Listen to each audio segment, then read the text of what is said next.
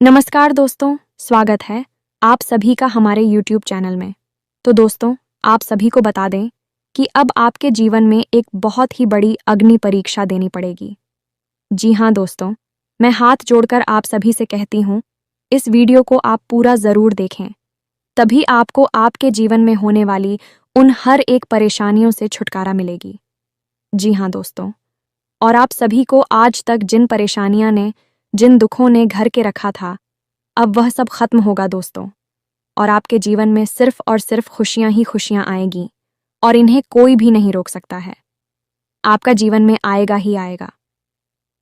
तो दोस्तों, हमारे इस वीडियो को पूरा जरूर देखना दोस्तों, अन्यथा आधा ज्ञान हमेशा खतरनाक साबित होता है। जी हाँ दोस्तों, अब आप रातों रात माला माल हो जाएंगे। आपका जीवन में इतना धन दौलत आएगा कि आप संभाल नहीं पाओगे। जी हाँ दोस्तों, आज के इस वीडियो में हम आपको कुछ ऐसी बात बता नहीं जा रही हैं जिसे यदि आप नहीं समझ लिया। पहली बात तो ये है कि यह बातें आपके लिए पहली बार होंगी जिन्हें आप सुनेंगे, और इन बातों को सुनकर निश्चित तौर पर आप आश्चर्यचकित रह जाएंगे और आपको एक नई दिशा प्राप्त होगी। दूसरी बात यह है कि इन बातों को यदि आपने समझ लिया तो आपके जीवन में जो परेशानियां हैं, जो तकलीफ है, इन सब परेशानियों का समाधान आप स्वयं ही निकाल पाएंगे और आप समझ जाएंगे कि आखिर क्या कारण है जो आपके जीवन में इतनी परेशानियां हैं, इतनी कष्ट हैं। अब इस बीच हम आपको बता दें कि कुछ ऐसी बातें भी हम आपको बताएंगे क्योंकि केवल आपके व्यक्तित्व के बारे में है, खुद के बारे में है और बेहद ही गुप्त हैं, तो इन बातों के बारे में आप किसी से चर्चा ना करें। दूसरा ये है, आप वीडियो को बिल्कुल अकेले में एकांत में ठंडे दिमाग से देखें तो आपको ज़्यादा समझ में आएगा। यदि आपने किसी काम को करते करते इस वीडियो को देखा तो आपको कुछ भी अच्छी तरह से समझ में नहीं आएगा और आप सही ज्ञान नहीं ले पाएंगे, तो फिर आपका जीवन कैसे बदलेगा। दोस्तों तो बस आपको ठंडे दिमाग के साथ इस वीडियो को पूरा देखना है और हर बात जो इसमें हम बता रहे हैं उसे समझने का प्रयास करना है। हम आकर आपको बता नहीं जा रही है कि भगवान की पूजा पाठ करते हैं, सच्चे मन से उन्हें याद करते हैं, अपनी तकलीफ है उन्हें बताते हैं, लेकिन भगवान आपके बारे में क्या सोच, और जब भगवान आपके बारे में सोचती हैं तो आपको कैसे पता चलेगा कि भगवान आपके बारे में क्या सोच रही हैं, और अब आपको इसके अनुसार अपने जीवन में क्या बदलाव लेकर आने हैं। आखिर भगवान की भाषा क्या होती है, आप कैसे भगवान से बात कर सकते हैं। बड़ा ही गहरा विषय है जो आज के इस वीडियो में हम आपको बताने जा रहे हैं। यदि आपने आज के इस वीडियो को नहीं देखा तो यकीन मानिए आप एक बेहद ही महत्वपूर्ण जानकारी से वंचित रह जाएंगे। जी हाँ दोस्तों, आपके जीवन में जो आज की स्थिति बन रही है, इस स्थिति में भगवान आपके बारे में कुछ विशेष कर बैठे हैं। कुछ खास बड़ी घटनाएं आपके जीवन में घटित होने वाली हैं, लेकिन यदि आपने भगवान के द्वारा दिए जाने वाले संकेतों को नहीं समझाता, भगवान की भाषा को नहीं समझा, तो आप निश्चित तौर पर वही गलतियां करते रहेंगे जो आप लगातार करते चले आ रहे हैं। फिर निश्चित तौर पर आप ना तो अपने जीवन में कामयाबी हासिल कर पाएंगे और ना ही भगवान की कृपा आपको प्राप्त हो पाएगी।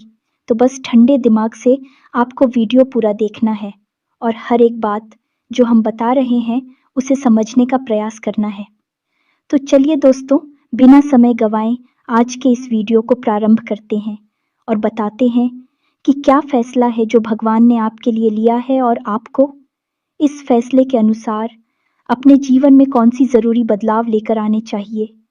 यहाँ पर यह रही कि आपके अंदर यदि घर की हिम्मत है, यानी कि समय देने का साहस है, अभी आप इस वीडियो को देखें, जल्दबाजी में बिल्कुल भी ना देखें। तो चलिए आज के इस वीडियो को प्रारंभ करते हैं, लेकिन इससे पहले आपसे एक निवेदन है कि कमेंट में पूरे भक्ति भाव के साथ, सच्ची श्रद्धा के साथ जय माँ संतोषी कृपा करूँगा 3 बार अवश्य लिखना दोस्तों, एक बार से काम नहीं बनता है। हमारे धर्म शास्त्रों में 3 का विशेष महत्व होता है दोस्तों, जैसे कि इस सृष्टि के निर्माण में त्रिदेव का महत्वपूर्ण योगदान रहता है। समय के भी 3 काल होते हैं, त्रि के भी 3 पहर होते हैं, और भगवान भोलेनाथ के हाथ में त्रिशूल है, उसके भी 3 सुल होते हैं। 3 का बहुत अधिक महत्व है दोस्तों, धार्मिक महत्व इसी वजह से हम हर वीडियो में आपसे कहते हैं कि आपको एक बार नहीं 3 बार लिखना है। जय मां संतोषी, कृपा करो आप सच्चे भाव से यदि इस क्रिया को करते हैं तो यही आपकी पूजा बन जाएगी, आराधना बन जाएगी और मां संतोषी आपके हर एक कष्ट को हर लेंगे और आपके जीवन में कृपा और आशीर्वाद भेज देंगी। तो सबसे पहले आप इस कार्य को करें। उसके बाद एक और छोटा सा निवेदन है।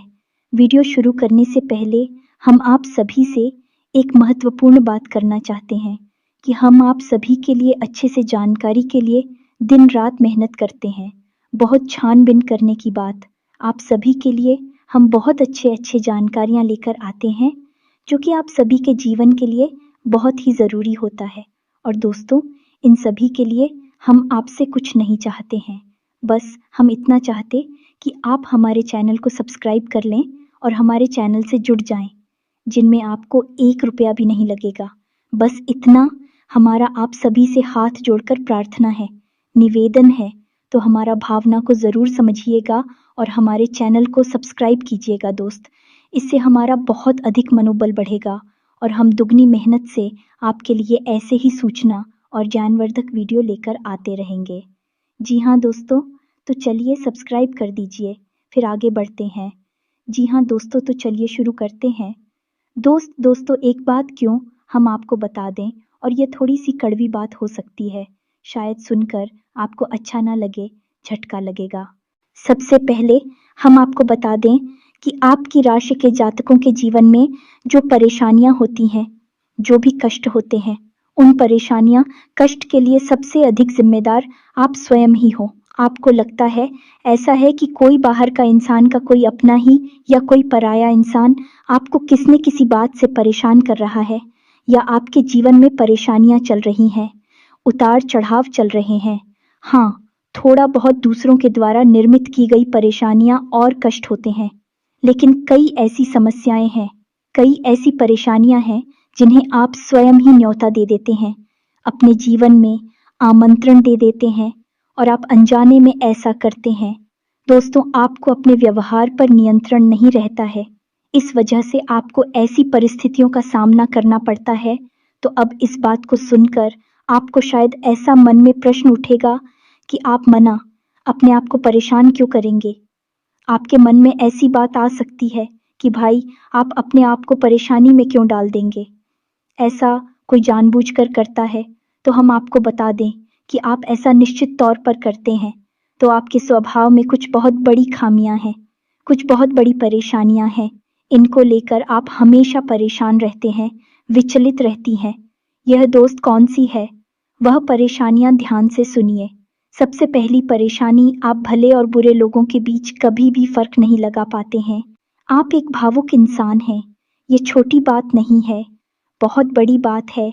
और इसी की वजह से आप असल में हर रिश्ते नाते में फंस जाते हैं। आपका दुरुपयोग होता है, आप इसको अपना हमदर्द मानते हैं। आप सच्चे दिल से जिससे प्रेम करने लगते हैं, आपको पता चलता है कि अरे, यह तो बहुत बड़ा धोखेबाज निकला। समय आने पर इसने आपका बिल्कुल भी साथ नहीं दिया और इसने तो आपको बहुत बड़ी मुसीबत में डाल दिया। आपका दुरुपयोग किया, आपसे रुपए मांग लिए, आपकी मदद मांग ली। बाद में जब आपको ज़रूरत पड़ी तो आपके लिए बिल्कुल भी नहीं आया। जब आपको ऐसा पता लगता है तो फिर आप दुखी हो जाते हैं, परेशान हो जाते हैं, फिर सोचते रहते हैं उसी इंसान के बारे में और आपको लगता है कि इस इंसान ने आपको बहुत कष्ट पहुंचाया। ऐसा ही दोस्तों उन लोगों के साथ भी होता है जिन्हें आप अपना शत्रु मानते हैं। इसका उल्टा भी होता है, जिन्हें आप अपना शत्रु मानते हैं लेकिन वह असल में आपके हमदर्द है, लेकिन आप उनकी बातें अच्छी नहीं लगती हैं, आपको उनसे चिढ़ होती है, उनकी कही हुई हर एक बात आपको चुभने लगती है। लेकिन असल में होता उल्टा है, अभी आपकी हमदर्द है। हो सकता है कि आपकी थोड़ी बहुत आलोचना करते हैं, आपके कार्यों में कमियां निकालते हैं, लेकिन भी आपको देख रहे हैं, आप पर नज़र रख रहे हैं, आपकी चिंता करते हैं। तो आपके अंदर जो कमियां हैं, उन कमियों को बताते हैं तो आप चले जाते हैं और आप उनसे दुश्मनी मोल ले लेते हैं। तो अपने जो आपकी हैं सच्चे वाले, उन्हें तो आप कभी पहचान नहीं पाते हैं, और जो नकली वाली अपनी है, क्योंकि मगरमच्छ के आंसू बहाते हैं, ढोंग करते हैं, नकाब लगाकर आपके आसपास घूमते रहते हैं।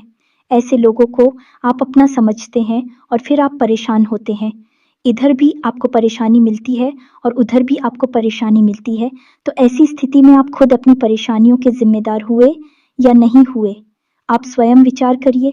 दोस्तों के बात बहुत सामान्य तौर पर हमने कही है, लेकिन बढ़िया दोस्तों, यदि आप सच्चे इंसान को पहचानना सीख जाए, तो आपके जीवन से आधी से ज़्यादा परेशानियाँ दूर हो जाएँ। आपका दिल कभी नहीं टूटेगा, आप दुखी कभी नहीं होंगे, और आपके अंदर ही खूबी है कि यदि आप दुखी हैं, तो आपका फिर किसी भी काम में मन नहीं लगता है और आप इतनी अच्छी तरह से कोई भी कार्य नहीं कर पाते हैं। आपके निर्णय उतने मजबूत नहीं होते हैं, हमेशा आपका ऊर्जा का स्तर गिरा हुआ रहता है और आपके अंदर नकारात्मकता घर करने लगती है। फिर आपको हर बात बुरी लगने लगती है, जीवन भी बुरा लगता है, तो थोड़ा आपको इस पर कार्य करना है। तो आप कैसे पहचाने ना दोस्तों? आपके अंदर एक छोटी सी कमी और भी है कि जब कोई इंसान आपकी बात काटने लगता है, आपका विरोध करने लगता है, तो अचानक से आपको क्रोध आने लगता है, और जब आपके मन में क्रोध उत्पन्न होता है, दोस्तों, तो आपका जो भौतिक पल है वो कमज़ोर पड़ जाता है, यानी आपके विचार करने की क्षमता कमज़ोर पड़ जाती है। फिर आप भावना में बहकर जवाब दे नहीं लगते हैं, और आप सही आकलन नहीं कर पाते हैं कि यह इंसान ऐसी बात क्यों कह रहा है, आपकी बात काट क्यों रहा है, आप में कमी निकाल क्यों रहा है। तो ऐसे में आपको अपने स्वभाव पर नियंत्रण करना है। जब कोई आपकी बात काट रहा है, तो आपको क्रोधित नहीं होना है, रुक जाना है, ठंडे दिमाग से विचार करना है और उसके द्वारा कही गई बात को पूरी तरह से समझने का प्रयास करना है कि आखिर इसने ऐसी बात क्यों कही है। अगर आप यह करेंगे, तो आप यकीन मानिए कि आप जिन्हें अपना शत्रु समझ रहे हैं, ऐसा समझते हैं कि यह आपके विरोधी हैं, हमेशा आपके अंदर कमियां निकालते हैं, कुतर्क करते हैं। असल में उनके ही अंदर आपको अपनी हमदर्द मिल जाएंगे। यह दोस्तों, आपकी शत्रुओं के अंदर आपको अपने मित्र मिल जाएंगे, अपने प्रेमी मिल जाएंगे। और ठीक इसका उल्टा भी है दोस्तों। जो लोग आपकी हर वक्त हाँ में हाँ मिलाते रहते हैं, आपकी चमचागिरी करते हैं, झूठी तारीफ ही करती हैं, आप वहाँ पर भी पिघल जाते हैं, आप हो जाते हैं और उनकी बातों में आ जाते हैं, उनकी हर बात को सत्य समझने लगते हैं। वहाँ पर भी आपको अपने ऊपर नियंत्रण रखना, भावनाओं में नहीं रहना है। और जब वह आपसे कोई बात कह रहा है, आपकी तारीफ कर रहा है, और आपको विचार करना है। आप खुद इतने बुद्धिमान हैं कि आसानी से पता लगा लेंगे कि इस इंसान ने आपकी यहाँ पर झूठी तारीफ की है। वहीं उसकी पोल खुल जाएगी और आप समझ जाएंगे कि यह एक धोखेबाज इंसान है। इस स्वार्थ सिद्ध करने के लिए आपसे जुड़ा हुआ है, तभी आपकी अनाप शनाप तारीफें कर रहा है और आपसे अपना मतलब सीधा करना चाहता है। ये दो काम यदि आप करने लगेंगे, आप निश्चित तौर पर अपनी 50% से ज़्यादा, इन्हीं आधी से ज़्यादा अपनी तकलीफ़ों को अपने हाथों से दूर कर पाएंगे। दोस्तों, हम गारंटी देते हैं। बस यहाँ पर आपको सबसे बड़ा कार्य ही करना है कि कोई आपसे कुछ भी कहे, आपको तुरंत उसका जवाब नहीं देना है, तुरंत अपने मन में कोई विचार नहीं लाना है, थोड़ा रुक जाना है, फिर उसके बाद सोचना है कि ऐसा क्यों कहा, ऐसा क्यों किया है, कारण क्या था। जब आप विचार करेंगे तो आपको सारी बातें स्पष्ट तौर पर समझ में आ जाएंगे। इसी के साथ साथ दोस्तों, आपको हम बता दें कि आपके अंदर एक और बहुत बड़ी कमी है। इस कमी को आपको खाना बहुत आवश्यक है, और वह कभी यह है कि आप आलसी हो जाती हैं। वैसे तो आप बहुत मेहनती हैं, लगन के साथ काम करते हैं, और जब आप काम करने पर उतारू हो जाती हैं, तो आपसे बेहतर कोई कार्य कर ही नहीं सकते। आपकी कार्य क्षमता बहुत ही अद्वितीय है, ये बात आप यकीन कर लीजिए दोस्तों। लेकिन अच्छाई के साथ हमेशा बुराई भी होती है।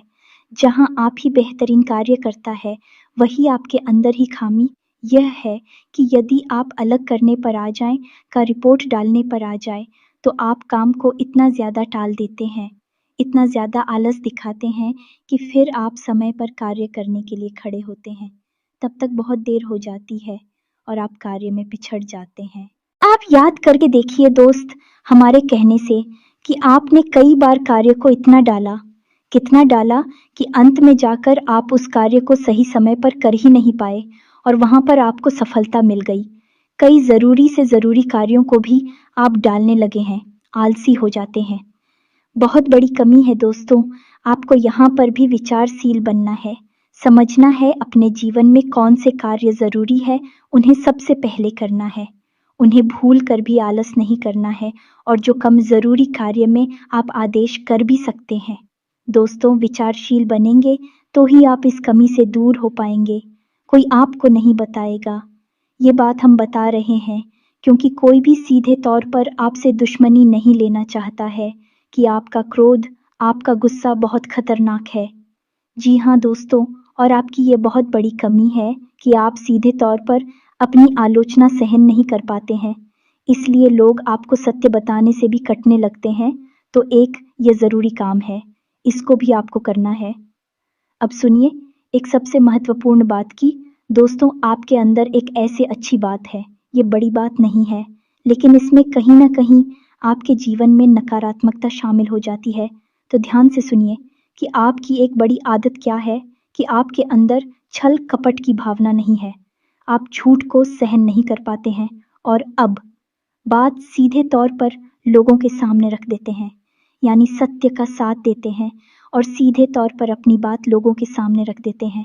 अब इससे होता यह है कि लोग आपसे बहस करने पर उतारू हो जाती हैं और आपकी सही बात का भी गलत मतलब निकालने लगते हैं, क्योंकि आप इतने सीधे तौर पर बात बोलते हैं।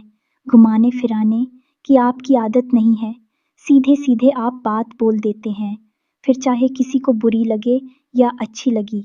तो ऐसी में कई बार ऐसा होता है कि आप बहसबाजी को आमंत्रण दे देते हैं, लोगों के साथ में पड़ जाते हैं और वह बहस कई बार इतनी बढ़ जाती है कि आपके रिश्तों में भी खटास आ जाती है और आपके जीवन में भी नकारात्मकता आ जाती है। कभी कभी तो बहस इस हद तक चली जाती है कि वह इस झगड़े का रूप भी ले लेती है। यहाँ पर आप थोड़ा सा चतुराई से काम लेना सीखना होगा। ज्यादा सीधेपन से भी काम नहीं चलता है और आपके मन में सत्यता है, आप उसे बनाकर रखी है, लेकिन दुनिया में उस सत्यता का प्रदर्शन करने की कोई आवश्यकता नहीं है। आपको किसी से बहस नहीं करनी है।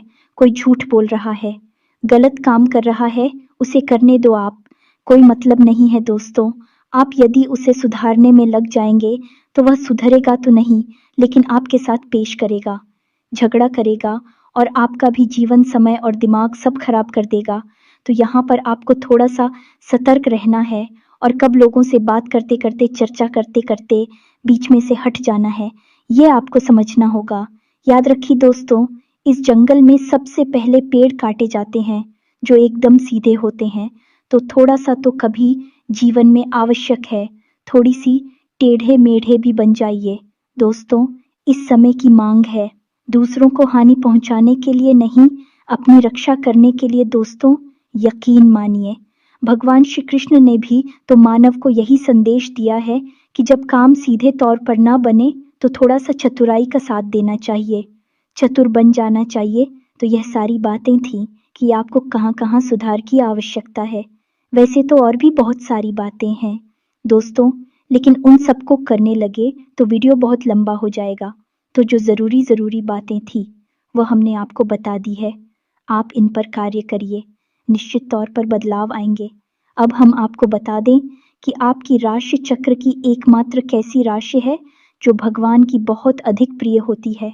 ये दोस्तों, हम अपने पिछले कई वीडियो में भी इस विषय पर आपको बता चुके हैं, संकेत दे चुके हैं, लेकिन अब हम आपको बताने जा रहे हैं कि कौन सी संकेत होते हैं, मुख्य संकेत होते हैं जिनसे आपको यह पता लग जाएगा कि भगवान आपको बहुत अधिक प्रेम करते हैं, आपकी बात सुनते हैं और आपको भगवान की शरण में जाना चाहिए, तभी आपका उद्धार होगा।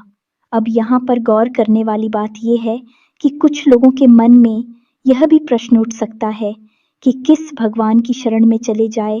तो हम आपको बता दें कि आप किसी भी भगवान की शरण में जाएं जो आपके आराध्य हैं, उनकी शरण में जाएं। आपका काम बन जाएगा, आपकी जिंदगी बदल जाएगी, अब भगवान सब एक ही हैं, सभी शक्ति के स्वरूप हैं, बस उनके नाम और रूप अलग अलग हैं, लेकिन वह सब अंत में एक ही है। तो आप अपने मन में बिल्कुल भी शंका ना लाएं। हम हनुमान जी की पूजा करें, भगवान भोलेनाथ की, कृष्ण जी की पूजा करें, राम जी की पूजा करें या फिर माता की पूजा करें, बिल्कुल भी कोई संकोच ना लाएं। आपके मन में इसके लिए भी भाव उत्पन्न होते हैं, भावनाएं होती हैं। आप उनकी सच्चे मन से पूजा आराधना शुरू करें और आप देखेंगे चमत्कार आऊंगा। जी हाँ दोस्तों, अब ध्यान से सुनिए कि आपके शरीर में कौन सी जगह है जहाँ से आपको यह संकेत मिले हैं कि भगवान आपको बहुत अधिक पसंद करते हैं, आप उनके बहुत प्रिय हैं और वह आपको बुला रहे हैं, आपकी जिंदगी बदलना चाहते हैं। तो दोस्तों, आप इस शरीर से जुड़ी 5 ऐसी जगह हैं जहाँ से भगवान आपको तरह तरह के संकेत देते हैं। ये दोस्तों तो ध्यान से सुनिए। सबसे पहले आपकी कमर के निचले हिस्से में आपको दर्द रहना शुरू हो जाएगा। यदि आपको दर्द होता है तो आप समझ गए कि भगवान की सकारात्मक ऊर्जा आपके अंदर विश करना चाहती है या कर चुकी है। अब यहाँ पर दर्द क्यों होगा दोस्तों? तो आप समझ गए कि इंसान के शरीर का सबसे निचला चक्र मूलाधार इसी स्थान पर होता है और ये मूलाधार चक्र है, ये आपको बहुत ही ख्वाबी बनाता है दोस्तों, यानी कि सुख सुविधाएं और ऐश्वर्य को भोगने के लिए प्रेरित करता है। तो ऐसे में जब ईश्वर की सोच, सकारात्मक निर्गुण ऊर्जा आपके अंदर प्रवेश करती है तो सबसे पहले आपको यहीं पर पीड़ा होनी शुरू हो जाती है। यहीं पर आपको हल्का हल्का सा दर्द रहना शुरू हो जाएगा। कभी कभी तेज होगा, कभी कम होगा और कभी गायब ही हो जाएगा। अब जब दर्द आपको होगा तो आप दवाई भी ले लेंगे, अभी आपको राहत नहीं मिलेगी, एक बेचैनी सी रहेगी। तो आप समझिए कि यदि यहाँ पर आपको दर्द होता है तो आप समझ जाइए कि भगवान आपको बुला रहे हैं, आपको बहुत प्रेम करती हैं। अब कुछ लोगों के मन में यह प्रश्न आएगा कि कोई बीमारी होगी तो दोस्तों आप चेकअप कराएंगे, डॉक्टर के पास जाएंगे, बीमारी कोई भी नहीं निकलेगी, लेकिन दर्द लगातार बना रहेगा। यह दोस्तों, यह प्रमाण होगा। दूसरा स्थान है आपकी माथे पर, आपकी आंखों के बीचों बीच दोस्तों, जिसे हम आज्ञा चक्र करती हैं। अब आज्ञा चक्र, जैसा कि इसका नाम है कि आज्ञा दी जाएगी, आप आज्ञा से संबंधित जो भी क्रियाएं हैं, विक्रिया ऐसी चक्र से नियंत्रित होती है। अब जब आप स्वयं को आकर दे रहे हैं कि आज मैं यह काम करूंगा, आज मैं यहाँ जाऊंगा, वहां जाऊंगा, इसी बीच ईश्वर की शुद्ध सकारात्मक ऊर्जा आपकी शरीर में प्रवेश कर जाती है और वह आपसे कुछ और करवाना चाहती है, पूजा पाठ कर आना चाहती है, ईश्वर का नाम लेना चाहती है, लेकिन आप उसी सो नहीं रहे हैं। तो ऐसे में क्या है, एक विचार उत्पन्न होता है, आप भौतिकवादी हैं और अध्यात्म आपको खींच रहा है, ईश्वर आपको खींच रहे हैं। तो यही खिंचाव आपको अपने माथे पर महसूस होगा, हल्की हल्की नाथों की किताब साहू का, और थोड़ी हल्की हल्की खुजली भी होगी, दर्द भी रह सकता है। यदि संकेत है आपको तो समझ जाइए कि ईश्वर आपसे प्रेम करते हैं। अब आपको तैयार हो जाना है, फीमेल इन हो जाना है, कार्यों को करते करते भी इस तरह करें कि आप ईश्वर की भक्ति कर रहे हैं, यानी ईश्वर का नाम लेते लेते कार्य को करें। तीसरा स्थान है दोस्तों, आपकी वाणी, आप देखेंगे कि अचानक से कुछ ऐसा होने लगा है कि आप द्वारा बोली गई बातें सच होने लगी हैं। हर बात तो नहीं होगी, लेकिन कई बातें ऐसी होगी जो आपने यूं ही बोल दी और वह बात सच हो जाएगी। यदि ऐसा हो रहा है तभी आप सतर्क हो जाइए। चौथा स्थान है आपके विचार।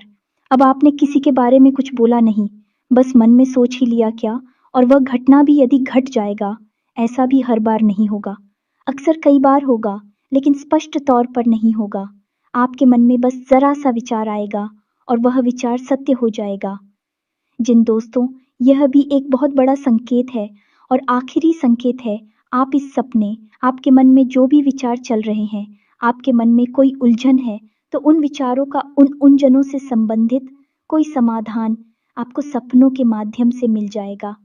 दोस्तों, जैसे आप कुछ ऐसी परेशानी में उलझे हुए हैं कि आपको कुछ समझ में नहीं आ रहा है, आप ईश्वर का नाम लेकर सोएंगे कि प्रभु हमें इस परेशानी से बाहर निकालिए, और सपने के माध्यम से आप कुछ ना कुछ ऐसा संकेत मिलेगा जिससे आपको समाधान मिल जाएगा, या फिर अपने के माध्यम से कई ऐसी भविष्य की घटनाएं आपको आभास करा देंगे जो होने वाली हैं, और आपको पहले ही उनका पूर्वाभास होने लगेगा।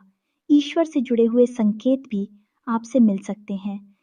आप जिनको पूजा पाठ करते हैं, जो आपके आ रहे हैं, उनसे जुड़े हुए भी कुछ संकेत आपको मिल सकती हैं।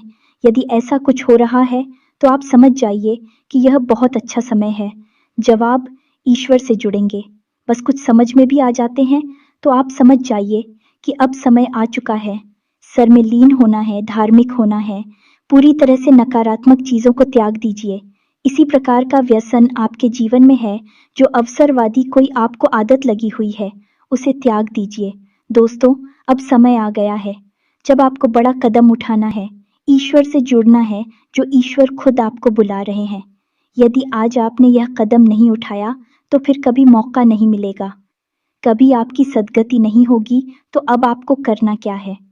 कुछ लोग ऐसे में यह प्रश्न भी करेंगे या नहीं, उनके मन में यह सवाल भी उठेगा कि हम तो कामकाज में उलझे रहते हैं दिन भर, तो ईश्वर की आराधना कब करें, ईश्वर की कब पूजा पाठ करें, मंदिर में कब जाए।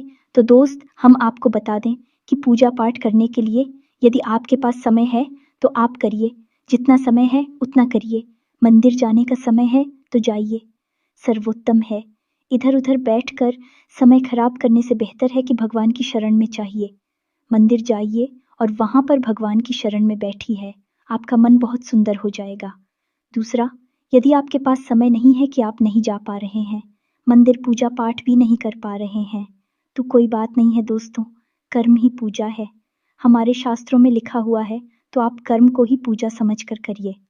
ये दोस्तों आपकी जो भी आ जाते हैं, मानकर चलिए कि हनुमान जी आपके आराध्य हैं, तो आप जो भी कार्य करती हैं उस कार्य को हनुमान जी की पूजा मानकर करिए। या दोस्तों, आप अपने मन में विचार करें कि आप ऑफिस जा रहे हैं, तो घर से बाहर निकलने से पहले हनुमान जी को याद करते हुए हनुमान जी से कहना है कि प्रभु, आज का कार्य हम आपकी पूजा के तौर पर करेंगे और आपको समर्पित करेंगे दोस्तों, और शुद्धता के साथ करेंगे, जैसे कि मंदिर में हम आपकी पूजा करते हैं। कोई भी कार्य आप करिए, अपने दिन भर के सारे कार्य करिए, ईश्वर को समर्पित करें, उसकी पूजा मानकर करिए। इसीलिए तो कहा गया है, कर्म ही पूजा है, तो आप कर्म करिए। जब साधारण कार्य को यानी दैनिक क्रियाओं को भी ईश्वर को समर्पित करने के बाद किया जाता है, तो वह कर्म बन जाते हैं। और क्रिया में और करनी में फर्क किया है दोस्तों, की क्रिया केवल जीवन को चलाने के काम आती है, कर्म हमारी आत्मा को भी उच्च स्तर पर ले जाते हैं, हमें मुक्ति के द्वार तक ले जाते हैं, ईश्वर के और नजदीक ले जाते हैं। दोस्तों, यदि आप दैनिक क्रियाओं को भी ईश्वर को साक्षी मानकर करने लगेंगे, तो भी दैनिक क्रिया साधारण क्रिया ही नहीं होगी, विक्रम बन जाएंगे जो आपकी आत्मा को उच्च स्तर तक ले जाएंगे, ईश्वर से जुड़ जाओगे आप। अब इसमें भी यदि आपको एक कदम और आगे जाना है, तो फिर आपके कार्यों का जो नतीजा निकल रहा है, उस नतीजों को आप ईश्वर का प्रसाद मानकर ग्रहण कर लीजिए। आपको बिल्कुल भी दुखी होने की जरूरत नहीं है। आपने इस सच्चे मन से बहुत मेहनत से कोई कार्य किया, भगवान को साक्षी मानकर किया कि प्रभु आपकी पूजा कर रहे हैं, और आपको उसका अच्छा नतीजा नहीं मिला, मन के अनुसार आपको सफलता नहीं मिली, आपने जैसा सोचा था वैसा नहीं हुआ, तो आप उसी ग्रहण करिए ईश्वर का प्रसाद मांगकर। दोस्तों, आप कहिए कि हनुमान जी, हमने आपकी पूजा की है, अब आपको जो देना है वह आप दे दीजिए। आपको अच्छा देना है तो ठीक है, बुरा देना है तो ठीक है, हम प्रसाद समझकर उसे ग्रहण कर लेंगे। तो जब आप कार्य के परिणाम को प्रसाद समझकर ग्रहण कर लेंगे और कार्य को कर्म समझकर करेंगे, तो दोस्तों, हम आपसे कहते हैं कि आपका हर एक कर्म सिद्ध हो जाएगा। आप स्वयं भी एक सिद्ध पुरुष बन जाएंगे, और आप मिट्टी को भी हाथ लगा देंगे तो वह सोना बन जाएगी। जिस इंसान के साथ में भगवान चल रहे हो, उसका क्या कोई बाल भी बांका कर सकता है? क्या उसे कामयाबी हासिल करने से कोई रोक सकता है? पांडवों के साथ भगवान श्री कृष्ण थी, और वह कितनी विशालतम सेना भी पांडवों का बाल भी बांका नहीं कर पाई। सभी कौरवों ने मिलकर हर प्रकार का षड्यंत्र किया, लेकिन कुछ नहीं बिगाड़ नहीं पाए, क्योंकि उनके साथ भगवान श्री कृष्ण थे कि हम दोस्त, तो आपके साथ ही भगवान रहेंगे। बस हमने आपको जैसा कहा है वैसा आप करिए और आप चमत्कार देखिए। कुछ ही दिनों में आप हमें कमेंट करके बताना कि आपके जीवन में कैसे कैसे बदलाव आए। एक बात और जाते जाते हम आपसे कहना चाहेंगे दोस्तों कि भगवान आपके अंदर क्या देखना चाहते हैं, आपने क्या कपड़े पहने हैं, आप कैसे इंसान हैं, आपकी जेब में कितना रुपया पैसा है, इससे भगवान को कोई मतलब नहीं है। भगवान त्रिकालदर्शी हैं, अंतर्यामी हैं। वह आपके अंदर झांक सकते हैं और आपके मन में क्या भावनाएं चल रही हैं, बस उन्हीं से भगवान का मतलब है कि आपके भाव से, आपकी भावना से भगवान को मतलब है। तो जैसे ही आपके भाव बदलेंगे, भावनाएं बदलेंगे, आपका भगवान से जुड़ाव और मजबूत हो जाएगा। तो उम्मीद है कि हमने जो जानकारी आपको दी है, आपको यह जानकारी अच्छी लगी है, पूरी तरह से समझ में आ चुकी है और इस जानकारी का कैसे प्रयोग करना है, अपने जीवन को कैसे बदल रहा है, यह भी आप अच्छी तरह से समझ चुके हैं। फिर भी यदि कोई प्रश्न आपके मन में उठता है तो आप कमेंट करके पूछिए, हम आपके प्रश्नों के जवाब देने की पूरी कोशिश करेंगे। इसी के साथ साथ आज की इस वीडियो में विराम देते हैं। कमेंट में पूरे भक्तिभाव के साथ जय मां संतोषी याद रखें, भाव का ही मूल्य है। माता जी आपके पास तो बच्चे भाव के साथ रखें। जय मां संतोषी मां कृपा करो। एक प्यारा सा लाइक भी अवश्य करें। मिलते हैं अगले ज्ञानवर्धक वीडियो में। तब तक के लिए धन्यवाद। जय माता की।